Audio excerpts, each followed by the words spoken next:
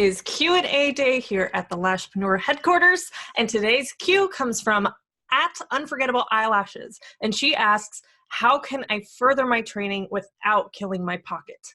This is a fantastic question because our industry is still so new and evolving, and new products, trainings, courses, innovations, educators, they're popping up all the time, all over the place. So we are growing a lot. And if you're not investing in continuing education, then you kind of miss all of the newness that customers are going to start to expect because it's going so viral and because we're new and still learning and we're still evolving on like natural lash health and how not to cause damage and what's really in our products and how does it affect the clients and how does it affect the artists. So on today's show, I'll be sharing how to look at continuing education in your business, how to plan or budget for it, and where to spend your money first to get the greatest ROI or return on investment.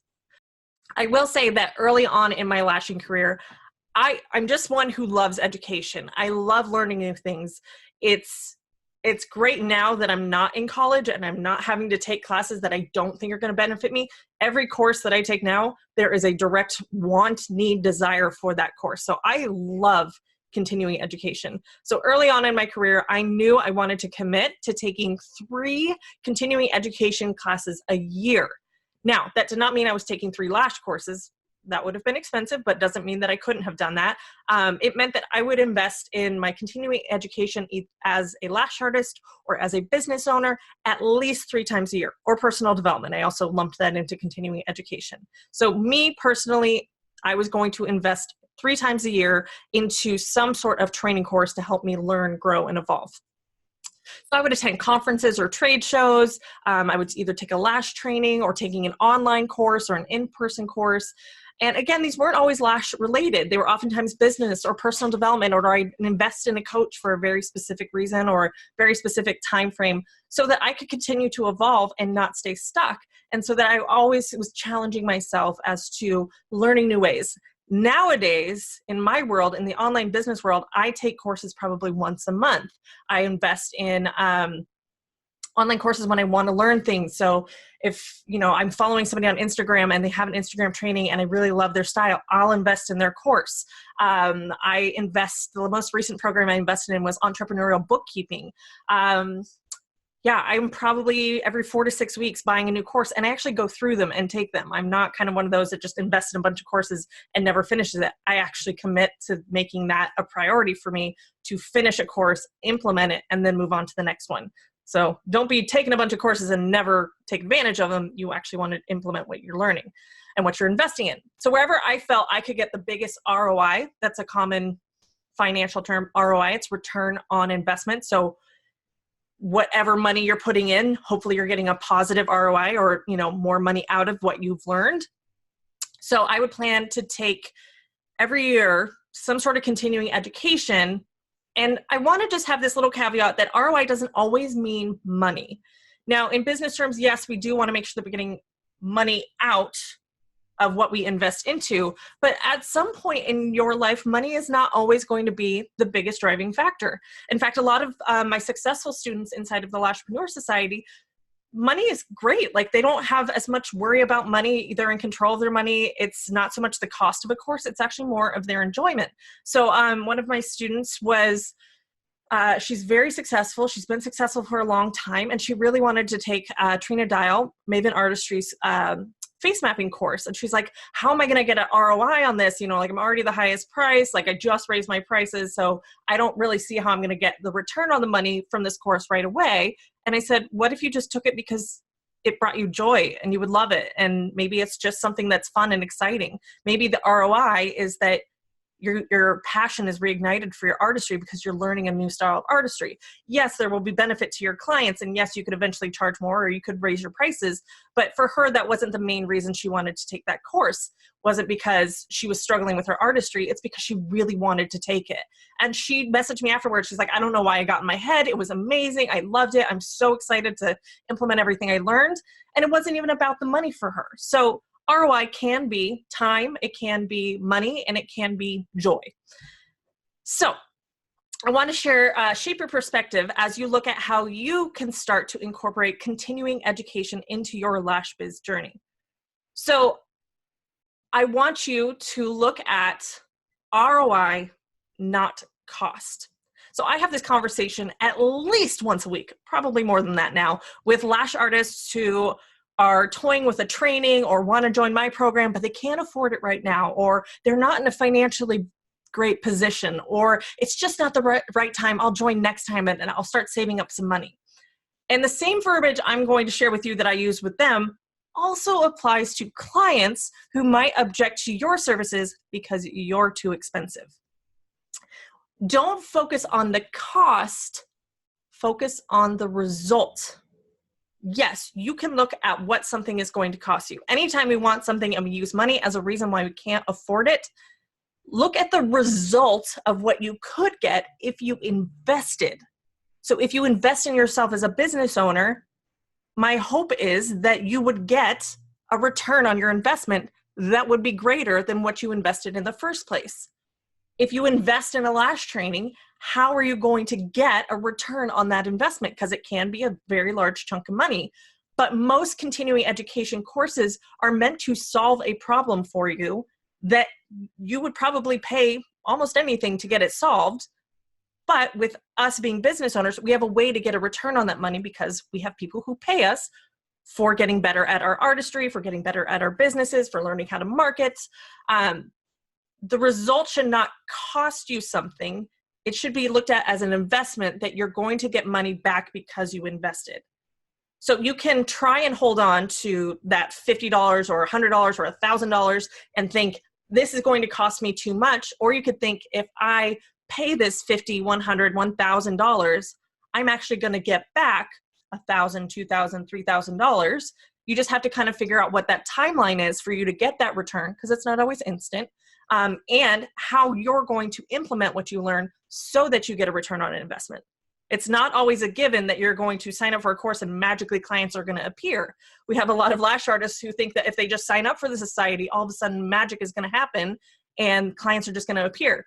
No, you actually have to get in, go through the trainings, implement what you're learning, and then you will see the clients come in. But the biggest transformation we offer in the Lashpreneur Society is not getting clients in the door. It's actually what happens in the head of the entrepreneur. Then that's when clients start to come in, the right types of clients and the boundaries that are in place and the stability of the business. That's a conversation for another day. So I'll give you an example of the Lashpreneur Society, and then we'll do a lash course of like how to gauge and look at those investments.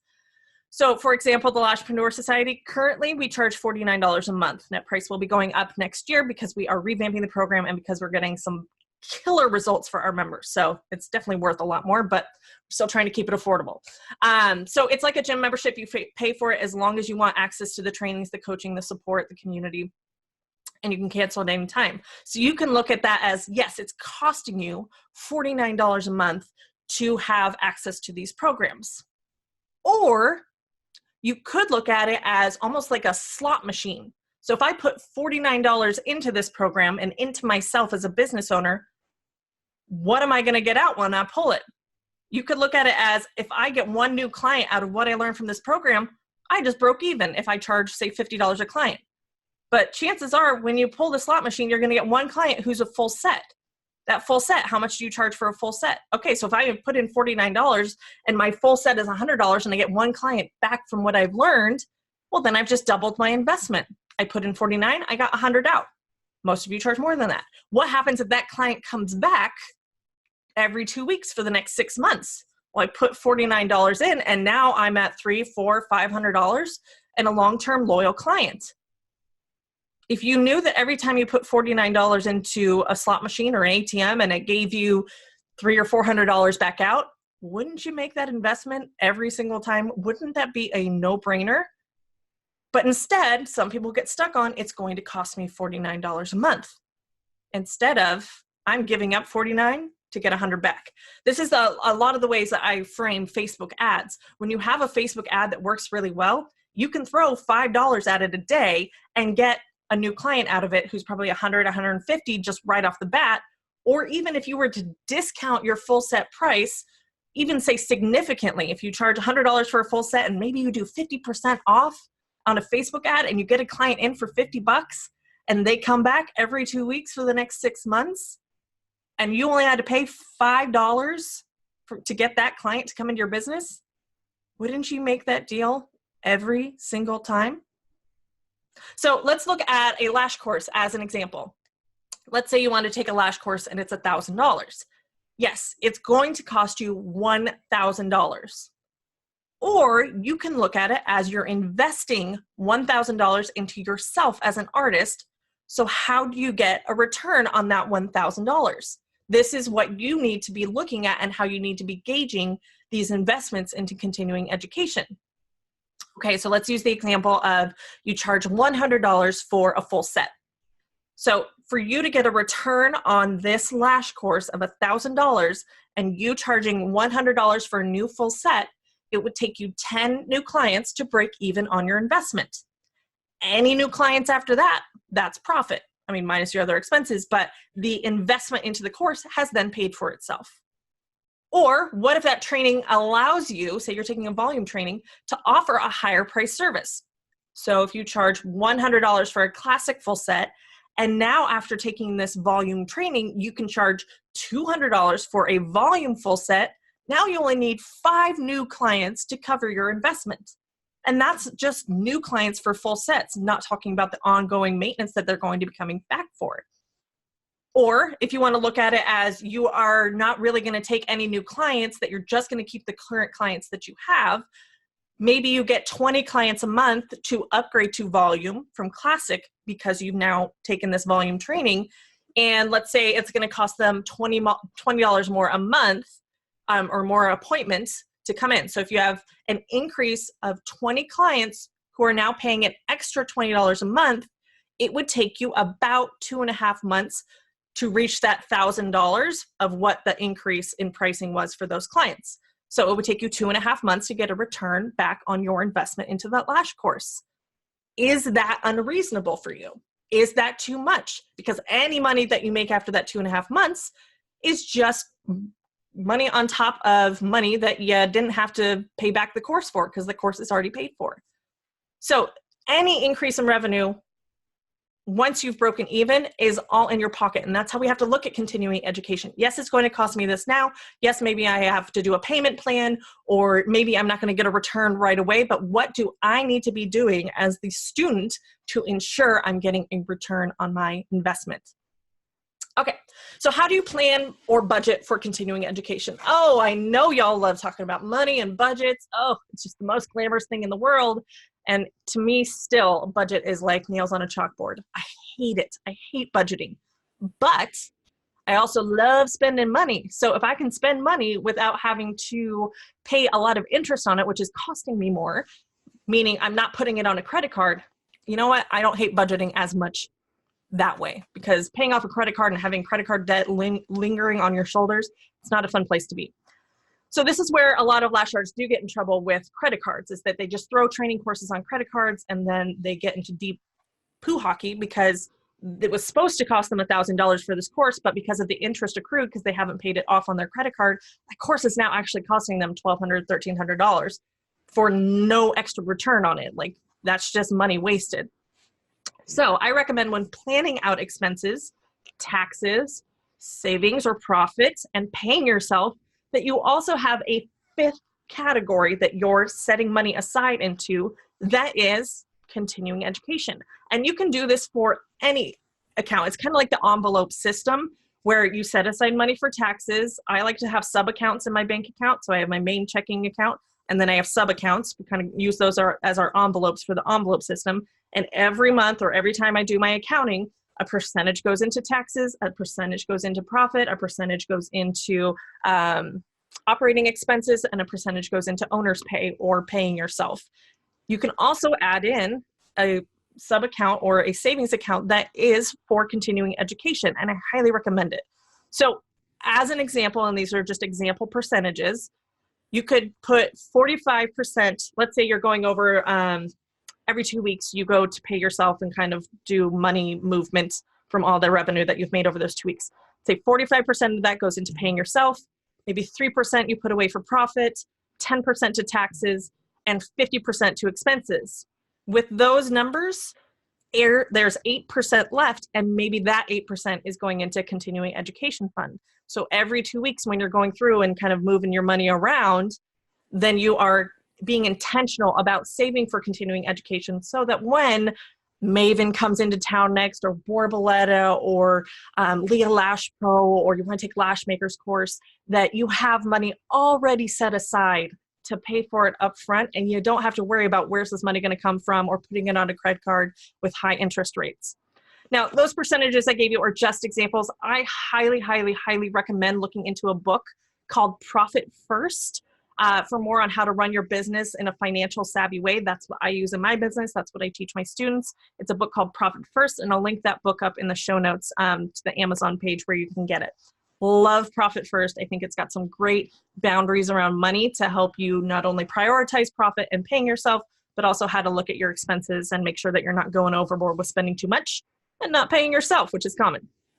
So here's a bonus point for you.